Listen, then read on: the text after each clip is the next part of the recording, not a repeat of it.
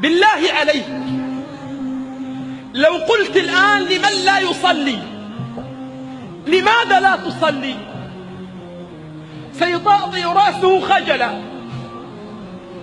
وسيستحي من الإجابة، لأنه لا يجد له عذرا، لا يجد له عذرا في الدنيا أبدا.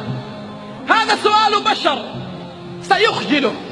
بالله عليك، لو أن الذي سألك هو الله، أعطاك الله من النعم ما أعطاك، لك عينين ترى وغيرك يتمنى أن يدفع مال الدنيا ليرى.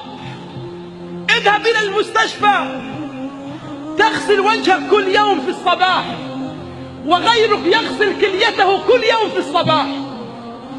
ترى في الصباح ضوء الشمس ووهج النهار واخضرار الأشجار وزهور السماء، وغيرك لا يرى، غيرك لا يرى ويتمنى أن يرى.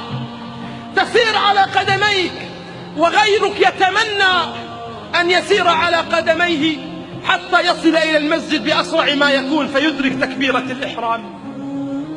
لك يدين تسمع، أنت الآن جالس تسمعني، أنت الآن جالس تسمعني، غيرك لا يسمع، غيرك يتمنى أن يسمع صوت أبيه أو صوت بنته أو ابنه.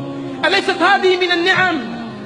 لابد أن تدركها قبل أن يدركك الموت للوقوف أمام الله.